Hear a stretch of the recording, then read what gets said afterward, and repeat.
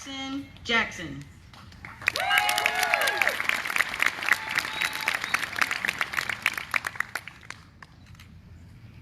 Good afternoon. I have a loud voice, so I think, can everybody hear me? Yeah. All right. First of all, I want to thank the Black Student Union for putting this together. This is beautiful.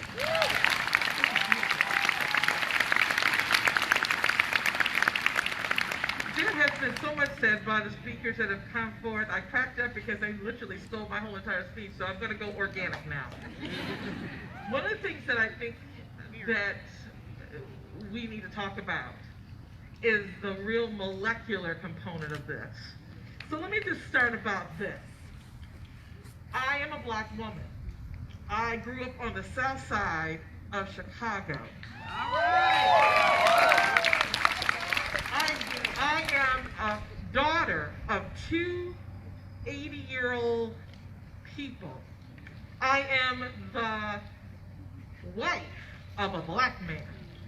I am the mother of 3 Black children, in which 2 are twin Black boys who are now men. They're 26. Yes. Right. And I lived in a community and chose to work for an organization that stood for what I've always stood for. As a Black woman who grew up in Chicago and went to engineering school, that makes me special. And then working in corporate America for 19 years and being the only one sitting in the boardroom also made me special. And now I am out in Lake County serving 52 municipalities housed in Gurnee, Illinois, and I really feel I'm only special because I get to do the kind of work that moves the dial on every last person in my hearing view. Every last one of you are affected by everything that the YWCA stands for and everything that they do, from providing child care referral services to working with you on health services to doing job preparedness programs to keeping your kids at camp, for doing all those kinds of things. And it's everything that, and I'm appealing to the mothers in the house, it's everything that a mom needs to have so she can get up and go to work without worrying.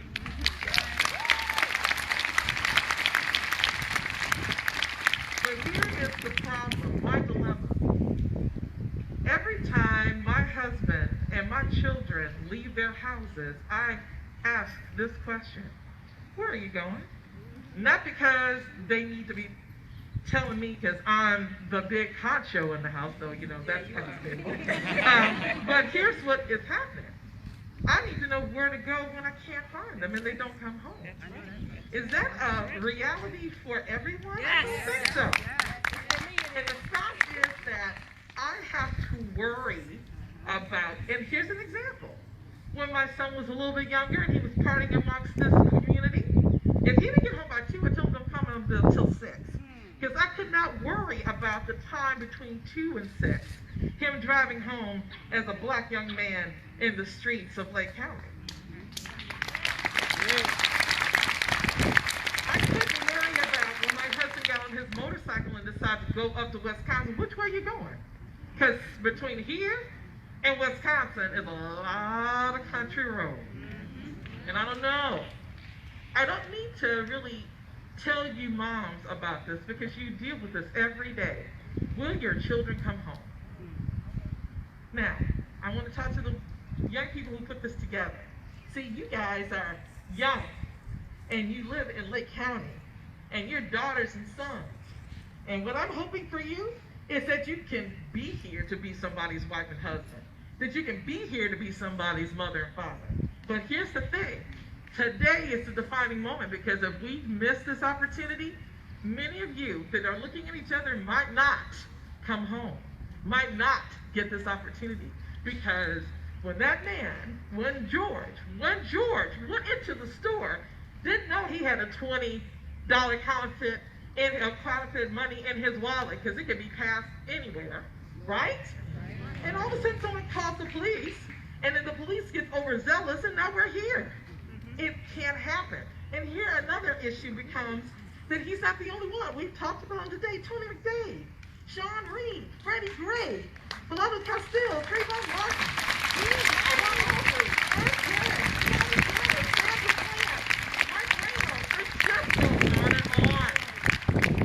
When I was 8 years old, on April 4th, 1996, I watched my parents cry in front of the TV set because Martin Luther King was assassinated. And then, literally in June, Bobby Kennedy gets assassinated. And I'm like, what's going on? What do you tell your small children about this? We can't have them grow up in a country with fear. And so my parents really tried to get me to understand that, in the words of Stevie Wonder, love's in need of love today. Don't delay. Send yours in right away. You need to stay focused on the fact that if you have a loving heart and a forgiving heart, not everyone is the same.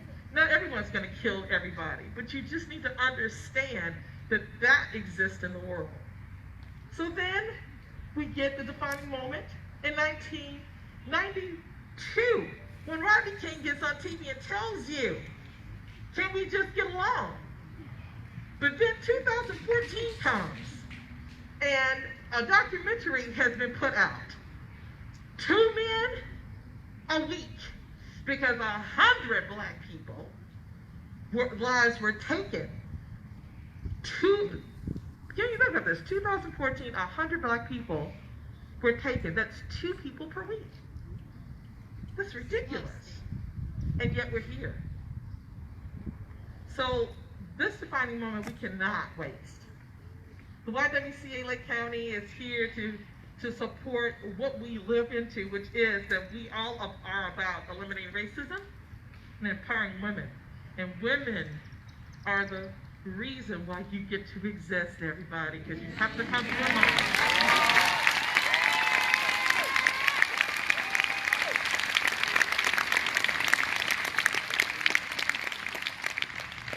I had an opportunity to receive, and it's on our website, a letter from the YWCA USA president. And in her letter, I'm going to read a little bit of it because it touched me, because it's right on point. And so if you guys will indulge me, I'm just going to read it to you. It's not too long. She says, this is the time when we will be judged not only by our words, but most importantly by the actions we take to be agents of change. These are the times that will define the soul of a nation and bear testimony to humanity and moral values of a generation. Intentional and deliberate actions must be taken swiftly to end our nation's long legacy of racism. We need real solutions, and we need them now.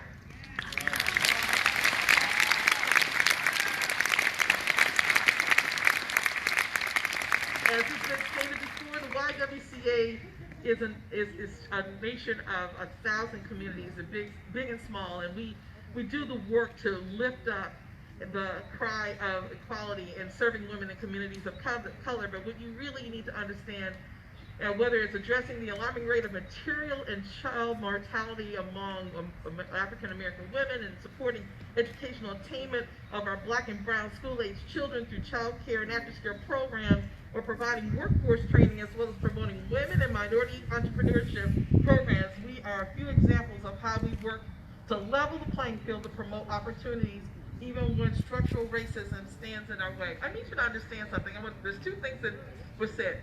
You've got to vote, and if you have not filled out your census, do not delay. We need to show where we're at.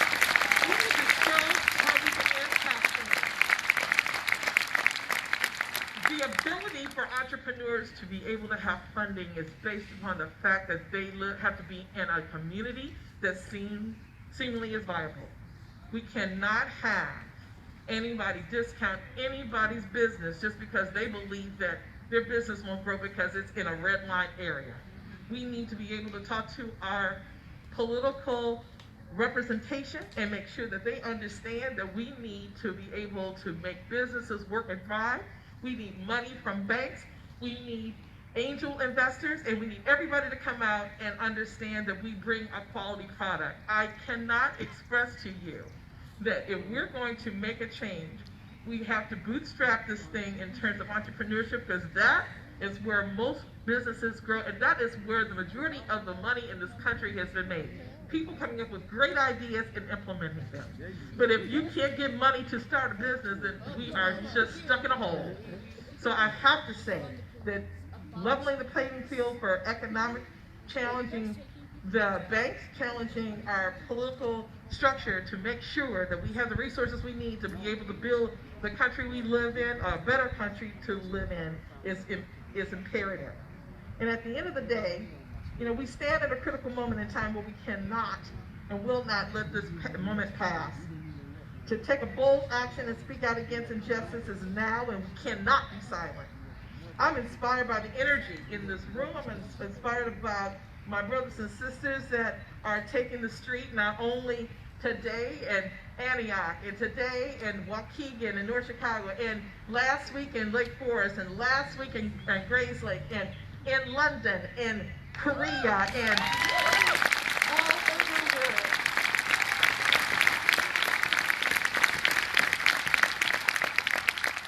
If you don't understand this, this is not just about Black Lives Matters, because we all live here, and when we all are doing well, the lives of everyone flourishes. But I have to ask you to do something. I have to ask you to be fearless. I got to ask you to lean in. You have to do this. When you hear it, you need to call it out. You got to call it out.